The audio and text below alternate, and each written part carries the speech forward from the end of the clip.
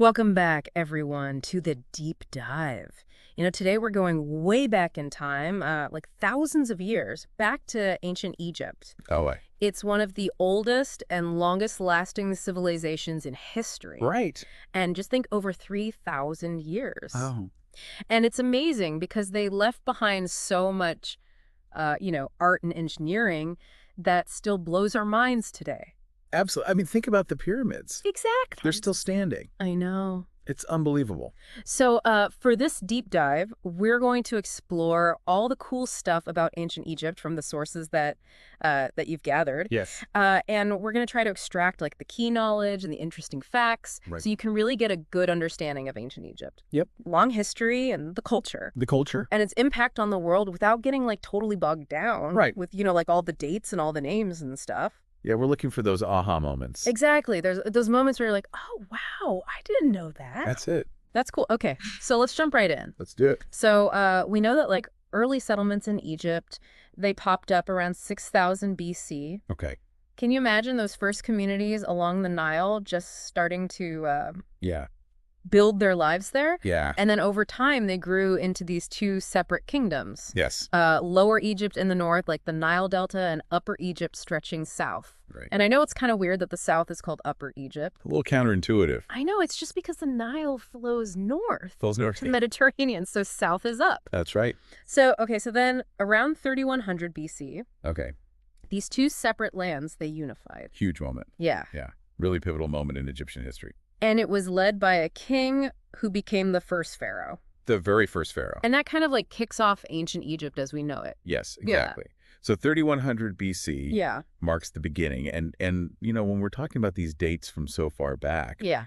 historians often use Ka, Oh, Ka. which means circa, Ah, okay. because it's hard to pinpoint the exact year, So it's like around that time. around that time, yeah, Okay, so 3100 BC. roughly. It's the start of the early dynastic period. Yes, Okay, and that lasted for about like 500 years. give or take. So those early pharaohs, they had a tough job, right? Oh, they did. Holding this newly unified Egypt together, how did they even start to do that? Well, one of the key things was their connection to the divine. Oh, okay. They claimed to be under the protection of Horus, Horus. the falcon god. Ah, okay, so they kind of use religion? Yeah, Okay. it was a powerful way to legitimize their rule, Right, and it helped them control the population. right, because people believed in the gods. Exactly. They had that respect and obedience. Okay. And it's also during this time that they developed hieroglyphic writing. Oh, wow, that's a big one. Huge. It was essential for managing the kingdom. They Okay. used it for everything, royal decrees, tracking taxes. Oh, so they could keep track of all the grain and stuff? It's exactly all those essential goods.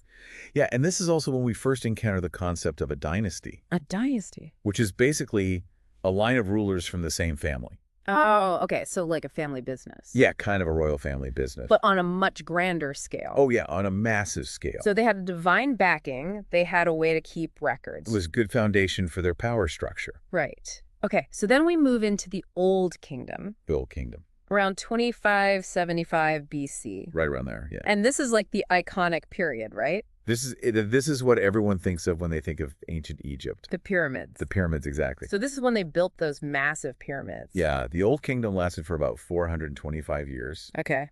And during that time, the pharaohs became incredibly powerful and wealthy. Right. And they had the resources to undertake these huge construction projects. Yeah, like the pyramids. The pyramids, yeah, they weren't just tombs, they were symbols of the pharaoh's power Okay. and their connection to the divine. Right, so they were like trying to show off a little bit. Yeah, maybe just a little. And during this time, they were really into Ra. Ra, the sun god. Yeah. Yeah, he was a major figure in Egyptian religion. So the pyramids, we're talking about like the big three at Giza. Oh, yeah, the Great Pyramid of Giza built by Khufu. Right, and how tall was that one? It was originally about 480 feet tall. 480 feet tall. Can you imagine? That's incredible. And then his son Khafre built one too. I did it.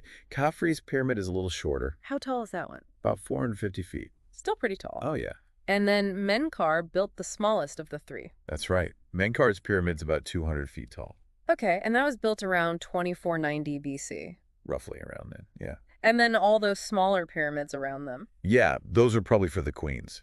Oh, okay. And, when we picture the pyramids, we think of them as they are today. Yeah. But originally, they were covered in polished white limestone. Oh, wow. Can you imagine how they must have gleaned? That's incredible. So they must have had so much power. Oh, yeah. They had the resources and the authority to pull off these massive projects. Right. So what do you think it says about their society? Well, it definitely speaks to a very centralized power structure Okay. and a strong belief system focused on the pharaoh and the afterlife. Okay, but that level of stability, it didn't last forever, right? No, unfortunately, not around 2130 BC we entered the first intermediate period. Okay, so what happened? What changed? Well, it seems like a major drought played a big role. A drought. Yeah, and it lasted for a long time. So the central government started to weaken. Right. And as the pharaoh lost power, local leaders started to gain influence. Right. And they took control of their own regions. Okay. And importantly, they stopped sending grain to the central government. Ah, so it's like a domino effect. Yeah, environmental problems led to political fragmentation. So Egypt basically split up into all these independent states. Essentially, yeah. But they didn't stay that way forever. No, eventually Egypt pulled itself back together. And this was the beginning of the Middle Kingdom, The Middle Kingdom. around 1938 BC. Okay, and what happened during that time? Well, a ruler named Mentuhotep II, Mentuhotep II. he managed to reunite the country. Wow, so he was like the big hero. Yeah, he was a key figure in bringing stability back to Egypt. Okay, so they were back together, and that lasted for about 300 years. Yeah, the Middle Kingdom was a time of relative stability and cultural flourishing. Okay, and what kind of things were they known for? Well, the Middle Kingdom is particularly known for its advancements in art. Okay. And interestingly, this is when we start to see written stories created just for entertainment. Oh, wow, so they were writing stories just for fun. Yeah, it seems like they had a bit more leisure time. Right, so they weren't just writing about, like, Paxes and stuff. No, they were telling stories and creating art. And they started building the Karnak Temple complex. Yes, the construction of Karnak Temple began during the Middle Kingdom. And where is that? It's in Luxor. In Luxor. Okay, and our notes mention these block statues? Yes. Block statues were a common art form during the Middle Kingdom. What are those? What do they look like? Well, they typically depict a figure sitting with their knees drawn up to their chest Okay. and their arms crossed over their knees. Okay. They often have inscriptions on the smooth surfaces. So they were like symbols of something. Yeah, they represented stability, permanence, and maybe even a connection to the afterlife. Okay, so things were good for a while, but then another period of disruption, right? Unfortunately, yes. Around 1630 BC, we enter the Second Intermediate Period. The Second Intermediate Period. And what went wrong this time? Well, once again, the pharaoh's power began to weaken, Okay. and they lost control over parts of Egypt. So they were vulnerable. Yes, and this allowed for foreign incursions. Okay, so who came in? Well, the Hyksos, The Hyksos. they were a people from Western Asia, Okay. and they managed to gain control of the northern part of Egypt, Okay. while the kingdom of Kush, which was located to the south, they exerted influence in Upper Egypt. Ah, so Egypt was kind of caught in the middle. Yes, exactly. That doesn't sound good. It wasn't a great time for Egypt. But then they bounced back again, right? They did. They always seemed to find a way. With the New Kingdom The new kingdom. around 1540 BC. That's right. And this was like their golden age, right? Yes, the new kingdom is often seen as the peak of ancient Egypt's power and prestige. Okay, so what happened? They kicked out the foreigners? They drove out the Hyksos and the Tushites and reasserted their dominance. Okay, and how long did that last? The new kingdom lasted for nearly 500 years. Wow. It was a really remarkable period in Egyptian history. Okay, and who were some of the big names from this time? Oh, there were some major players. Yeah. We have Hatshepsut. Easily. She was a female pharaoh. A female pharaoh. Yes, and she ruled for 21 years. Wow, that's impressive. And who else? Well, there's Akhenaten. Akhenaten. He's famous for trying to introduce a new religion. A new religion. Yeah, he wanted to worship only one god, the Aten. Wow, that was a big change. Kind of radical idea. And then there was Tutankhamun, Ah, yes. Tutankhamun, the boy king. the boy king. He became pharaoh when he was just a child, Oh, wow. and he only ruled for about 10 years. And then he died. Yes, he died very young. But he's really famous. His tomb was discovered almost completely intact. Oh, wow. And it gave us a fascinating glimpse into the treasures of ancient Egypt. I can imagine. And who else? And of course, we can't forget Ramses II. Ramses II. He was a prolific builder. What does that mean? He built more monuments and left behind more inscriptions than any other pharaoh. Wow. He must have been busy. He was very ambitious. And he built those huge statues of himself. Yes. The colossal statues of Ramses II at Abu Simbel are truly awe-inspiring. They are incredible. And this is also when the Book of the Dead becomes really No, important. yes, the Book of the Dead was a collection of spells and instructions for the afterlife, Okay. and it was written on papyrus scrolls. Papyrus scrolls. Yeah, and these scrolls were placed in tombs. To help people in the afterlife. Exactly. It was like a guidebook for the journey to the underworld. Okay, so after this amazing new kingdom, things kind of went downhill again. Sadly, yes. Around 1075 BC, we enter the Third Intermediate Period. The Third Intermediate Period. Okay, what happened this time? Well, it's another tough time for Egypt. Mhm. There were more droughts, famine, foreign invasions, and internal divisions. So basically everything went wrong. Pretty much. But there was this one king who tried to fix things. Yes. King Taharka. King Taharka. He was actually from the Kingdom of Kush. Oh, so he was a foreigner. He was. Mhm. But he made a real effort to repair the temples. And he even started building pyramids again. Really after 800 years. Yes, it's interesting to see how some traditions continued even under foreign rule. So even in tough times, there were people trying to hold on to the past. Exactly. Okay, so then we get to the late period, The late period. around 656 BC. Right. And this is the last hurrah for the Egyptians, right? It is the late period marks the final phase of native Egyptian rule. Okay, so what happened? Well, there were a few brief moments of independence. But ultimately, Egypt fell under the control of the Persian king Darius II. So it was the end of an era. Yes, the long era of independent Egypt was over. And then we get to Alexander the Great. Alexander the Great. He conquered Egypt in 332 BC, That's right. and that's when the Greek pharaohs took over. Yes. After Alexander's death, his general Ptolemy Soter took control of Egypt. Okay. And for the next 300 years, Egypt was ruled by a dynasty of Greek pharaohs. Wow, so a whole new set of rulers. A new chapter in Egyptian history. And the most famous of them all was Cleopatra VII, Cleopatra. the last pharaoh of ancient Egypt. Right. And she was defeated by the Romans. Yes, she was defeated by the Roman ruler Octavian. And that's when Egypt became part of the Roman Empire. Exactly. And it remained under Roman control for the next 600 years. So the Egyptians had a lot of different rulers. They did. They went through many different periods of rule. But even under all these different rulers, they kept building the Karnak temple? Yes, the construction and expansion of Karnak Temple continued for over 2,000 years. Wow, that's amazing. Okay, so we've talked a lot about the pharaohs and the pyramids and all the big stuff. The grand sweep of history. Right. But what was it like to actually live in ancient Egypt? Well, for most people, life was pretty simple. Okay. The vast majority of the population were farmers. Farmers? Yes, they lived in simple mud brick houses near the Nile River. The Nile was so important to them. It was the lifeblood of the civilization. Right. The annual flooding of the Nile was essential for their survival. Okay, how so? Well, when the Nile flooded, it deposited rich, fertile soil. Okay. And this allowed them to grow crops like wheat, barley, lettuce, flax, and papyrus. Papyrus. Yeah, the plant they used to make paper. Right. And they also developed irrigation systems. Yes, which Yeah. allowed them to grow even more crops. Like what? Like grapes, apricots, olives, beans. Wow, so they had a pretty good diet. Yeah, they had a variety of foods to choose from. And their lives revolved around the Nile. Completely, they worked according to its rhythms. So what did they do during the flood season? Well, when the fields were flooded, they couldn't farm. Right. So this was the time when many farmers would work on construction projects. Ah, so they helped build the pyramids. Yes, many of them would have been involved in building pyramids, tombs, and temples. Wow, so the flood season was like their time off from farming? Yeah, in a way, it was a time for other kinds of work. Okay, and what other jobs did they have? Well, there were scribes. Scribes. Yes, they were responsible for writing and record keeping. Okay. And there were priests. Priests? Yes, they served in the temples and performed rituals. Okay. And there were doctors. Doctors? Yeah, they used their knowledge of plants and the human body to heal people. And what about women? What was their role?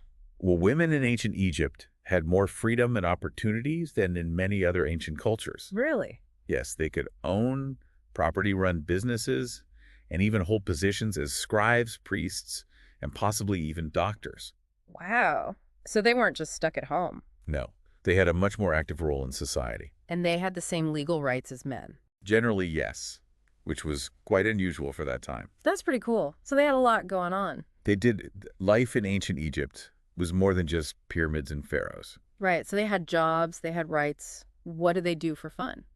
Well, they enjoyed swimming and canoeing in the Nile. That sounds nice. It was a great way to cool off in the hot Egyptian sun. Right.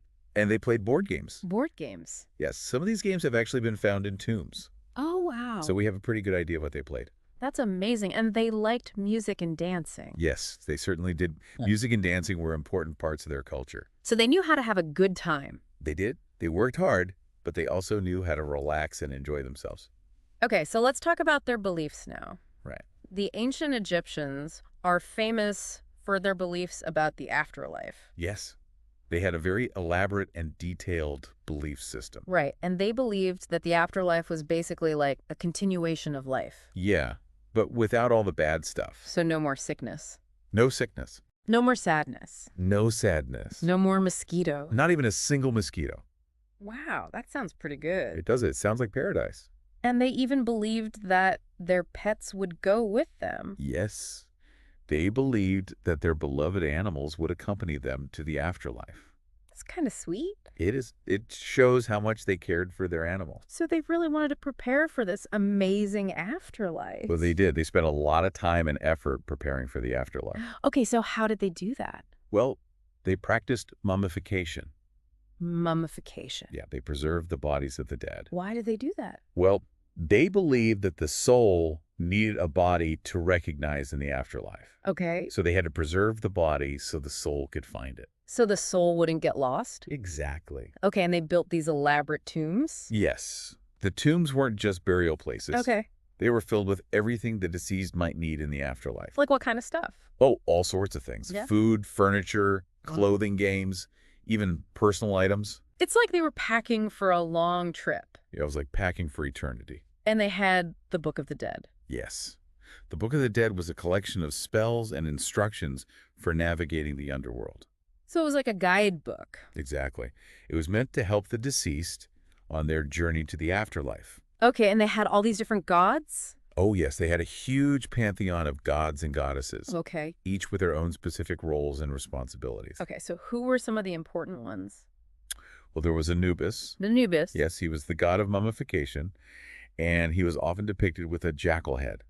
A jackal head. Yes, and he guided souls to the underworld. Okay. And then there was Osiris. Osiris. Yes, he was the ruler of the underworld, and he judged the dead. So they had gods for everything. Yes, they believed that the gods were involved in every aspect of their lives. Like what else? Well, there's Isis. Isis? Yes, she was the wife of Osiris, and she was associated with healing and magic. Okay. And then there was Tefnut. Yes, she was the goddess of rain. So they had gods for the weather, for healing, for death, for everything. For everything they believed in, over 2,000 gods and goddesses. 2,000, that's a lot of gods. It's a very complex pantheon. Okay, so beyond the pyramids and the afterlife, what other cool stuff did they do? Well, they were very innovative people. Okay. They developed a solar calendar with 365 days. Wow, that's pretty close to our calendar. It is. They were very skilled astronomers. Okay, and they were good at math. Oh, yes, they were brilliant mathematicians. Like what kind of math? Well, historians believe they were among the first to develop division and multiplication. Wow, that's pretty advanced. It was, and it was essential for their construction projects and for managing their agricultural lands. Okay. They probably used these mathematical principles for surveying after the annual Nile floods. Right, because they had to figure out where the boundaries were. Exactly. And they invented hieroglyphic writing. Yes, one of the earliest forms of written language. It was a very intricate system, using symbols to represent sounds and whole words. And they used it for everything. Yes, they used it to record their history, their beliefs, their daily lives. So we've learned a lot from their writing. We have. It's Oh. given us a window into their world. And they even figured out how to make paper. Yes, they developed papyrus from the reeds that grew along the Nile. So they were really smart. They were incredibly innovative people. Okay, so here's a fun fact. Right. Cleopatra. Yes. She lived closer in time to us. Then to the building of the pyramids. That's crazy. No, it's hard to wrap your head around. It really puts things into perspective. It does. It shows just how long ago the pyramids were built. And here's another weird one. Okay. Ancient bakers sometimes use their feet to knead dough.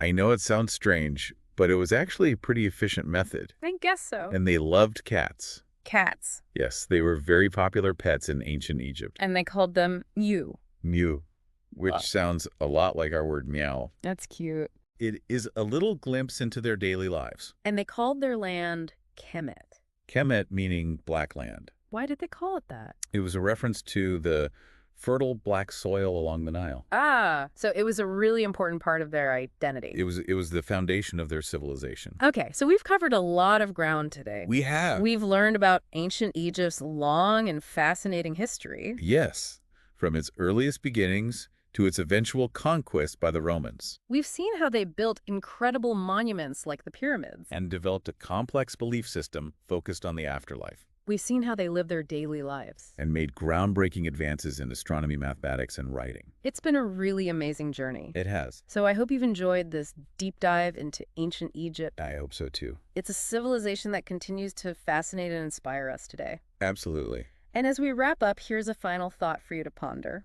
Okay. Ancient Egypt lasted for over 3,000 years. An incredibly long time. And it went through many periods of strength and vulnerability. It did. It faced challenges and overcame them time and time again. So what can we learn from their experience? That's a great question. What parallels can we see in other long-lasting civilizations? Are there any patterns or lessons we can apply to our own world? And what about their beliefs about the afterlife? What can they teach us about how we view life and death? It's something to think about. It is. And I encourage you to keep exploring the amazing world of ancient Egypt. There's always more to discover. Thanks for joining us on the deep dive. It's been a pleasure. And we'll see you next time. See you then.